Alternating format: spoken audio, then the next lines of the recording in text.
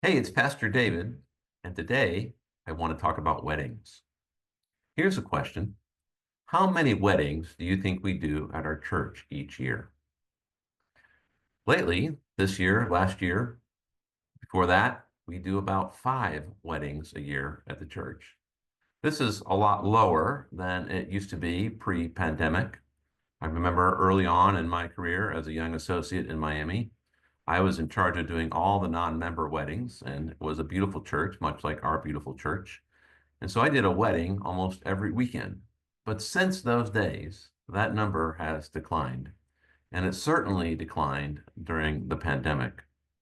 As a pastor, I find that most people are getting married outside of the church, doing destination weddings. So while we do 5 or 6 weddings a year at the church, we may participate as pastors in 9 or 10 weddings each year, usually at a place where the reception is going to be held. I've done weddings in almost every location imaginable. Second question, who gets married at our church? Well, one of our policies, we do not have a very tight policy, but the basic answer is this. Pastors decide who gets married at the church. And our one guiding rule has been that they are members or related to members to be married at our church. That is, our primary purpose is not to be a rental venue where people come in and use the facility for their wedding, but have no connection to the family. It would be wonderful if weddings were a way for people to get involved in the family, but usually what happens is the wedding takes place on a weekend when the church family isn't here. And the people involved really have no invested interest in the beauty of the place. And so it becomes really more of a transaction. And our church has been moving away from that, from transaction to relationship. And so pretty much the one guiding rule that we've had on deciding who gets married at our church has been, are they members? Are they family of members? And then we wholeheartedly agree.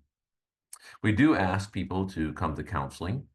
If the pastor who is doing a wedding doesn't do the counseling themselves, we use one of our counselors down at our Four Pillars Enrichment and Counseling Center so that there's work done to help prepare the couple in the best way possible.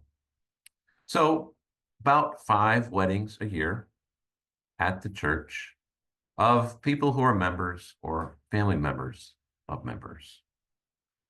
I ask that because weddings is a very important topic in our church family these days.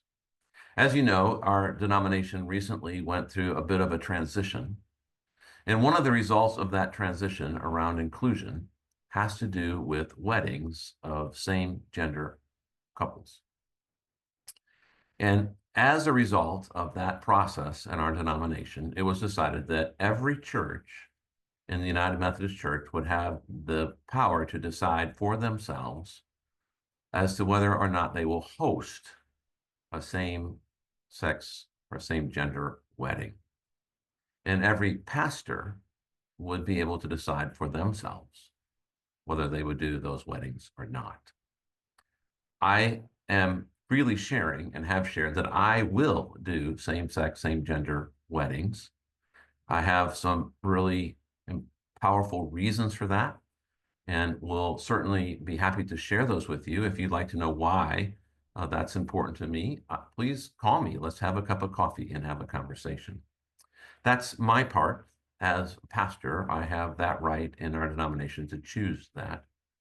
Our church will need to decide whether it will host same-sex, same-gender weddings. That will be decided by our leadership council, our leadership board, the umbrella board of the church. Elected leaders of our church will make that decision this March.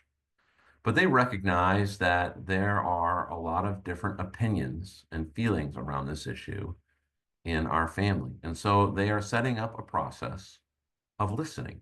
They have talked with folks who will be appointed listeners simply to be available to listen to members of our family on their thoughts on this topic, either in person or on Zoom, between February 3rd and February 17th. There will be a letter going out to our congregation next week detailing all of this about how to make that kind of connection, where to go to share one's feelings, and so forth, what our process will be.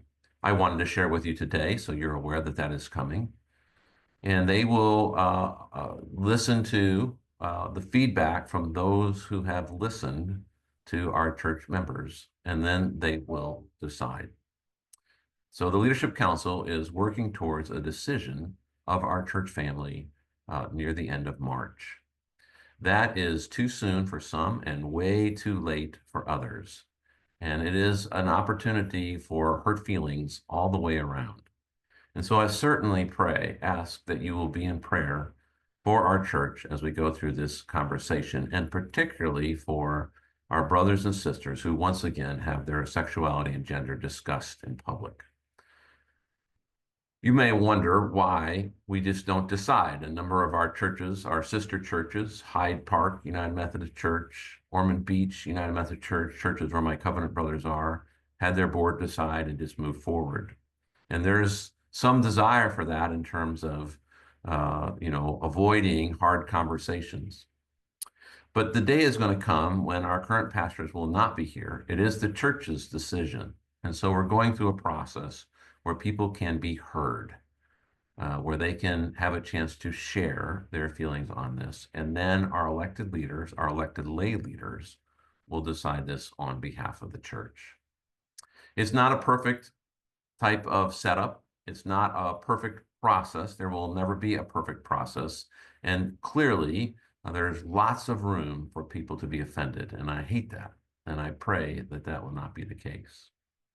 And so I just ask you to be aware that that is coming, to participate in that, to be in prayer for our board members as they make that decision, and to be in prayer especially for other members of our family whom we're to love and to show compassion towards and to include. And so just ask that God would bless them and bless our church in this season of grace. That's my message about weddings today. We'll see you in church on Sunday. God bless.